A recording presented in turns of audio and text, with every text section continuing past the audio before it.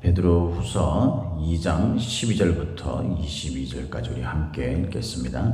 그러나 이 사람들은 본래 잡혀 죽기 위하여 난 이성 없는 짐승 같아서 그 알지 못하는 것을 비방하고 그들의 멸망 가운데서 멸망을 당하며 불의의 값으로 불의를 당하며 낮에 즐기고 노는 것을 기쁘게 여기는 자들이니 점과 흠이라.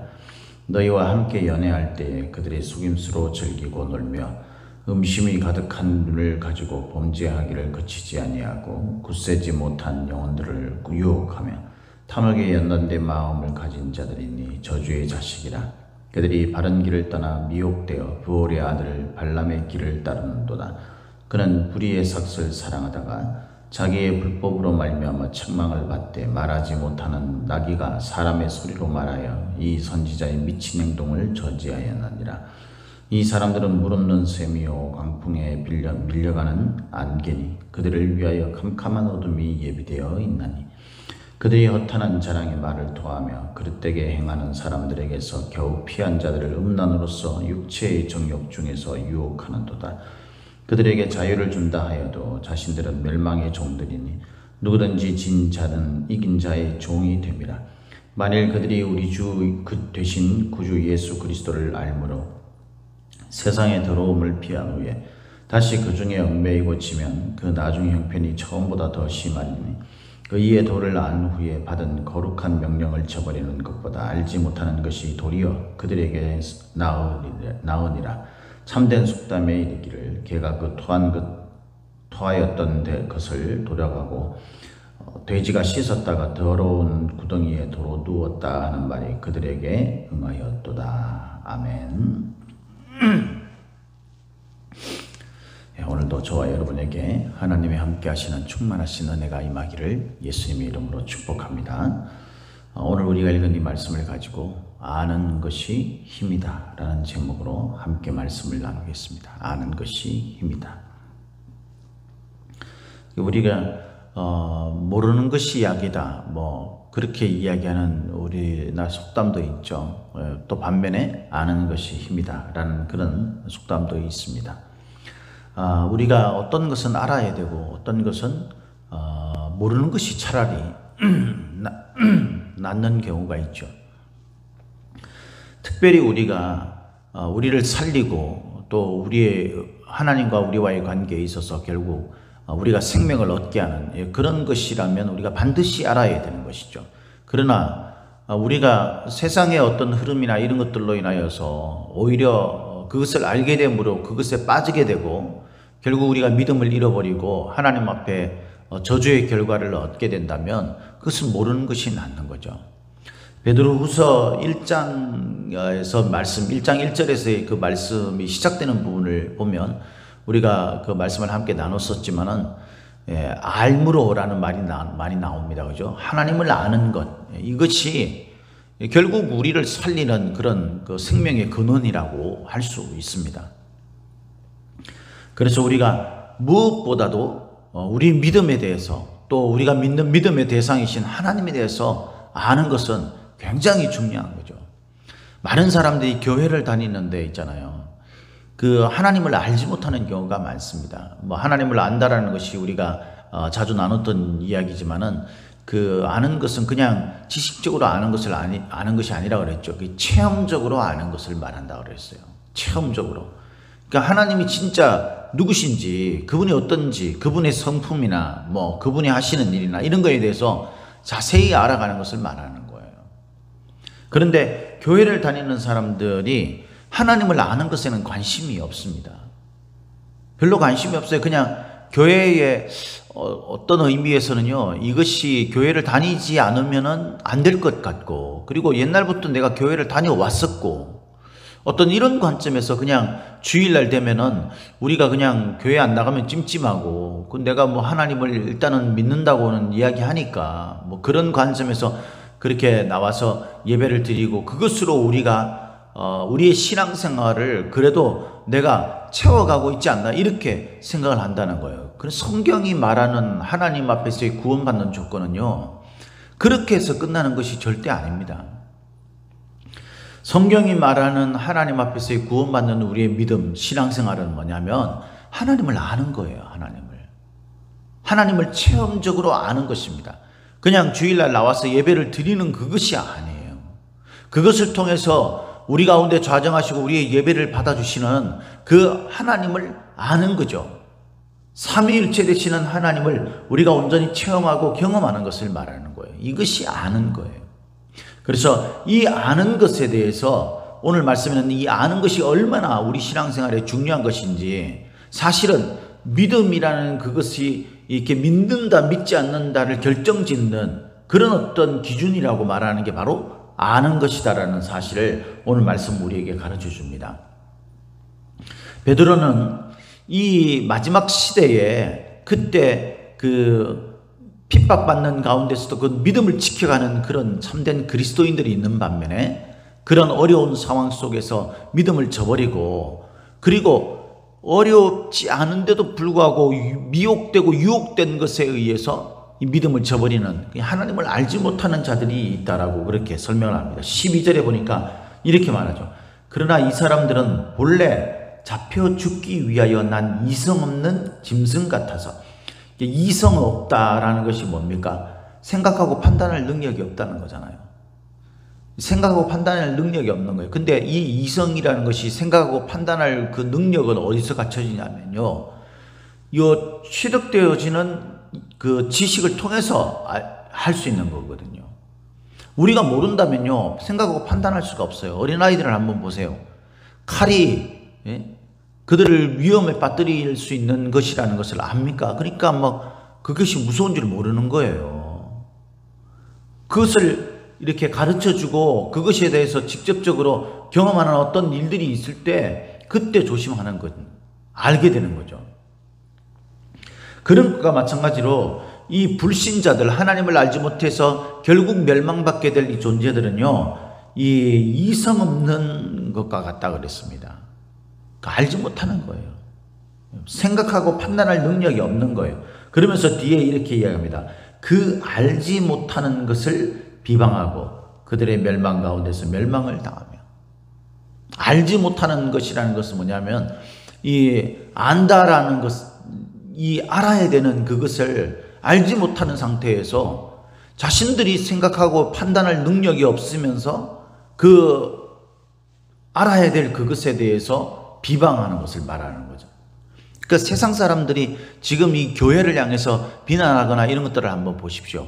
그들이 말하고자 하는 것이 뭐냐면요, 왜 굳이 이 시기에 교회에서 그렇게 모여가지고 사람들 그것이 그렇게 맨날 문제가 되면서 그렇게 날마다 그러냐.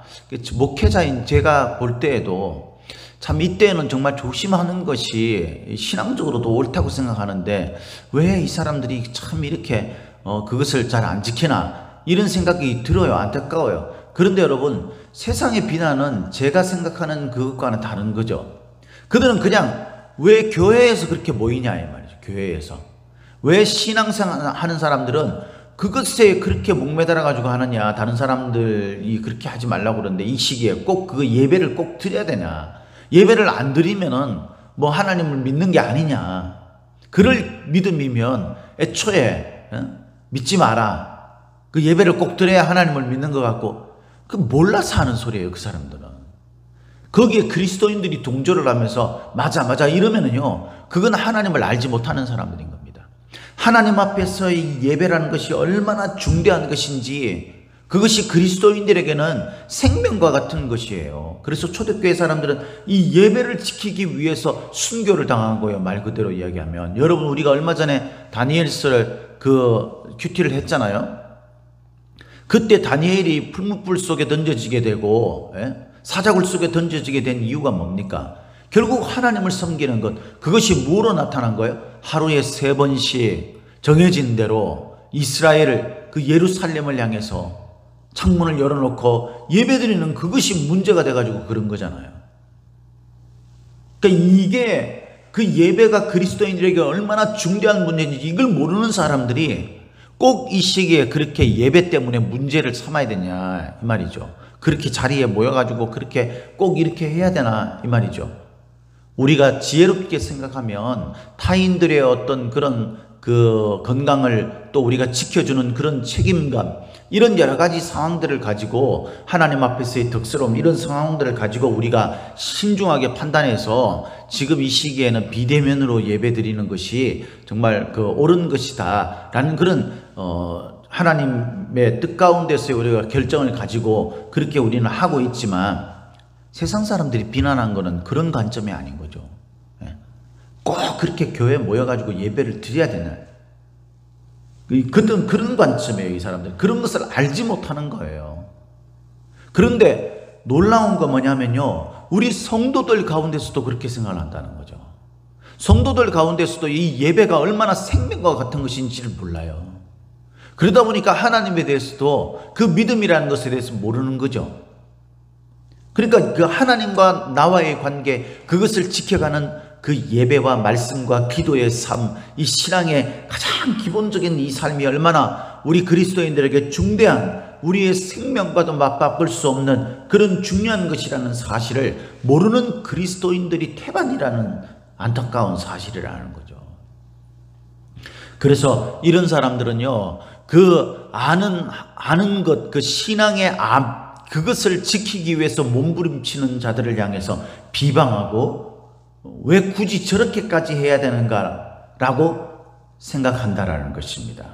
그러나 그들은 하나님을 올바르게 아는 것이 아니기 때문이라는 거예요. 그러면서 이렇게 이야기합니다. 이 사람들이 알고 있는 게 뭐냐? 그러니까 멸망받을 자들, 이 참된 알에 대해서 무시하고 비방하고 그것을 가볍게 여기면서 자신들이 알고 있는 것을 쫓아서 가는 거죠. 그 자신들이 알고 있는 게 뭡니까? 13절부터 나오는 거예요. 낮에 즐기고 노는 것을 기쁘게 여기는 자. 이 사람들은 뭐냐면요, 쾌락과 즐거움, 자신들이 원하는 삶, 자유롭고, 그것을 하는 거예요. 그러면서 이렇게 말합니다. 13절 끝부분에 보면요, 함께 연애할 때 그들의 속임수로 즐기고, 속임수라고 왜 표현했을까? 그게 주애를 보면은 애연이라고 돼 있다고 그랬죠. 애연이 뭡니까, 여러분? 연애를 사랑하는 거예요.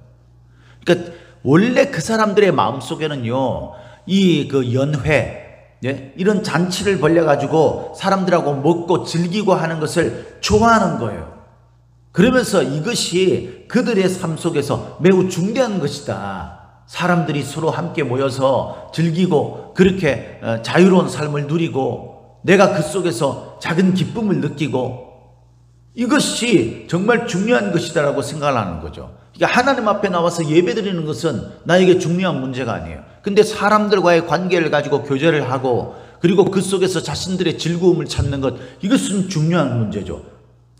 그 사람들은 그것을 아는 거예요. 그러니까 하나님을 아는 게 아닌 거죠. 이런 자들을 성경은 오늘 본문 말씀에서 뭐라고 하냐면 바로 멸망 가운데서 멸망을 당할 자라고 이야기합니다. 불의의 값으로 불의를 당할 자라고 이야기를 합니다. 이들은 나아가서는 음심이 가득한 눈을 가지고 범죄하기를 그치지 아니하고, 이게 더 치명적인 거 뭐냐면요, 굳세지 못한 영혼들을 유혹한다라고 이야기를 하고 있어요. 굳세지 못한 자들. 그러니까 이 사람들의 어떤 모습으로 인해서 나도 그렇게 신앙생활 하는 게 맞는 게 아닌가라고 생각하면서 믿음이 연약한 자들이 같이 그것을 영향을 받게 된다라는 거예요. 그러니까 참 이 그리스도인들이요, 어떤 믿음의 삶을 사는가, 이것은 나뿐만 아니라 타인들의 영혼도 시험에 빠뜨리고 실족해 할 가능성이 매우 크다라는 점에서 우리가 우리의 삶을 돌아보는 삶, 이것을 가져야 하는 거예요. 교회 안에서 많은 그리스도인들이 내가 하고 싶은 그대로 사는데 누가 뭐라고 해, 내가 생각할 때는 이렇게 하는 게 맞는 것 같아 라고 하는 건요, 그냥 자기가 알고 있는 걸 하는 거예요. 성경이 가르쳐준 하나님에 대해서 아는 것이 아니라는 거죠. 이런 자들을 오늘 본문은 분명히 불법을 행하는 자들이고 멸망당할 자들이고 불의의 값으로 불의를 당할 자라고 이야기를 합니다. 이 대표적인 사람이 오늘 15절부터 거론되는 사람이에요. 이 사람이 누굽니까? 발람입니다. 발람이 누구예요? 우리가 뭐 헷갈리는 이름 그러면서 우스갯소리로 많이 이 주일학교에서도 이야기하고 하죠. 발락과 발람. 발락은요, 왕이에요, 왕. 이스라엘을 괴롭히고 넘어뜨리려는. 그래서 그 사람이 발람은 선지자인데 이 사람에게 뭡니까? 사주를 하는 겁니다. 돈을 주고 이스라엘을 축복해야 할 자가 이스라엘을 저주하도록. 그래서 이 발람은 선지자인데 사람들 앞에서, 하나님 앞에서 이 이스라엘 백성들에게 축복을 내려줘야 할, 축복을 빌어야 할 그런 자인데 이 돈을 주는 이것을 가지고요, 그것에 불의의 싹스에 의해 가지고 그걸 좋아하다 보니까 이스라엘을 저주하려고 하죠. 근데 하나님이 그걸 제재해 가지고 그 저주하려고 올라가서 저주의 말을 내뱉었는데 놀랍게 하나님의 기적으로 축복의 말이 쏟아지지 않습니까? 그러던 나중에 오늘 본문에 보니까 나귀에게 의해서 책망을 받게 되는 그런 자예요. 여러분, 우리가 이렇게 돈을 좋아하고 세상의 어떤 즐거움을 좋아하다 보면요, 눈이 가려지는 거예요. 알지 못하게 되는 거예요.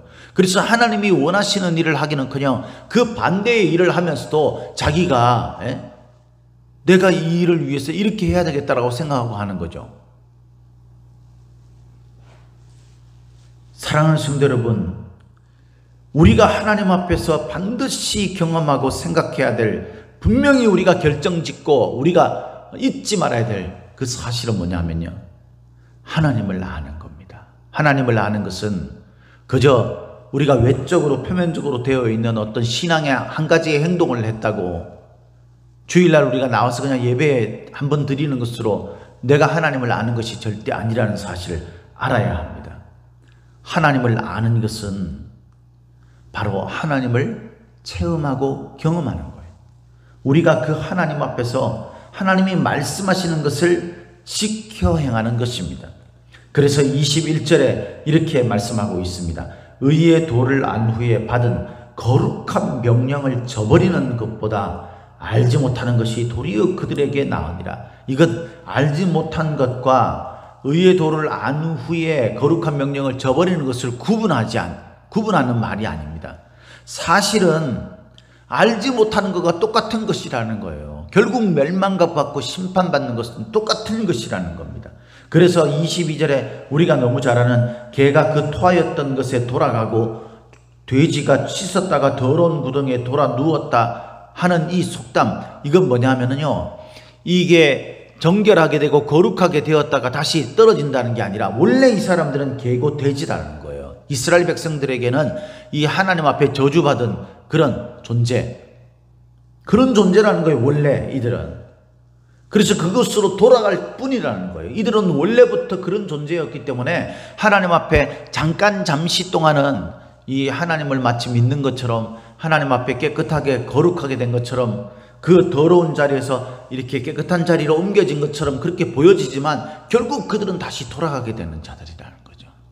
그러니까 교회에서 뭔가 그럴듯하게 하는 것 같고 막 체험도 하는 것 같고 이렇게 보여지는 사람이 결국 신앙생활을 떠나게 되는, 그것은요, 우리 사람들의 눈으로 보기에는 이해할 수 없는 그런 모습이지만 하나님이 보시기에는 그들이 교회에서 뭔가 신앙적인 은혜를 경험하고 했던 것들도 어떤 의미에서는요, 하나님에 대한 온전한 그런 변화가 아니었다라는 것을 말해주는 것이라고 이 말씀이 가르쳐주는 겁니다.